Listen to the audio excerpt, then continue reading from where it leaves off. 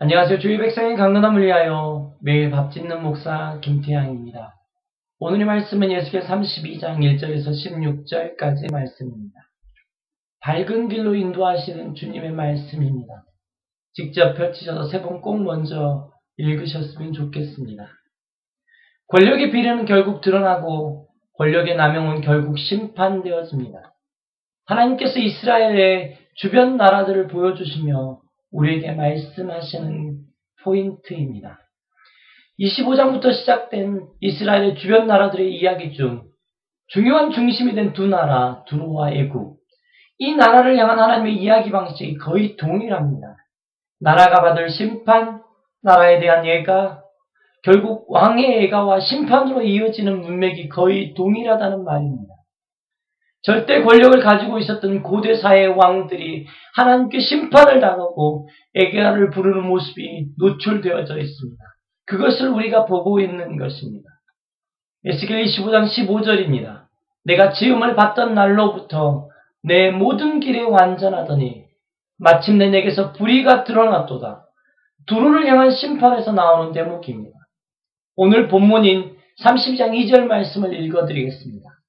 인자야 너는 애굽의 바로 왕에 대하여 슬픈 노래를 불러 그에게 이르라. 너는 여러 나라에서 사자로 생각하였더니 실상은 바다 가운데 큰 악어라. 강에서 튀어 일어나 발로 물을 휘저 그 강을 더럽혔도다. 애굽이 열국의 경찰관과 같은 일을 하고 있다고 생각했는데 결국 열국을 더럽히는 원천이 되고 있다고 말씀하시는 것입니다.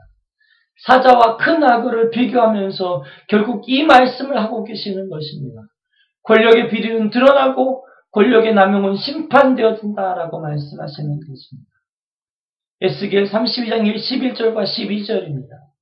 주 여호와께서 이같이 말씀하셨느니라. 바벨론 왕의 칼이 내게 오리로다.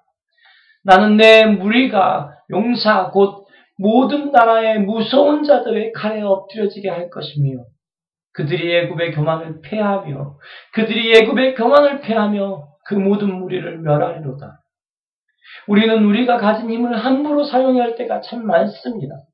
직장에서 그리고 가정에서 맡겨진 직분에서 그리고 가정의 아빠와 엄마로서 말입니다. 우리는 의의 사자로서 정의를 행하고 있다고 생각할 때가 많습니다. 그러나 돌아보아야 합니다. 그때 큰 악어처럼 흙탕물을 만들어내고 있을지도 모릅니다. 그때 큰 악어처럼 우리가 흙탕물을 만들어내고 있을지도 모릅니다. 다윗은 그의 삶의 위대한 고백을 합니다. 시편 145편 1절입니다. 왕이신 나의 하나님이여 내가 주를 높이고 영원히 주의 이름을 송축하리이다라고 고백합니다. 이스라엘의 왕으로 있었지만 이스라엘 왕은 자신이 아님을 고백하는 것입니다. 시편 145편 12절과 13절입니다. 주의 업적과 주의 나라의 위엄이 있는 영광을 인생들에게 알게 하리이다. 주의 나라는 영원한 나라이니 주의 통치는 대대에 이르리이다. 이것이 이스라엘의 왕된 다윗의 고백입니다. 왕이신 하나님 그리고 왕의 나라를 마음에 품고 자신의 삶을 살고 있었던 것입니다. 이스라엘의 왕으로 있었지만 말입니다. 시편 145편 20절입니다.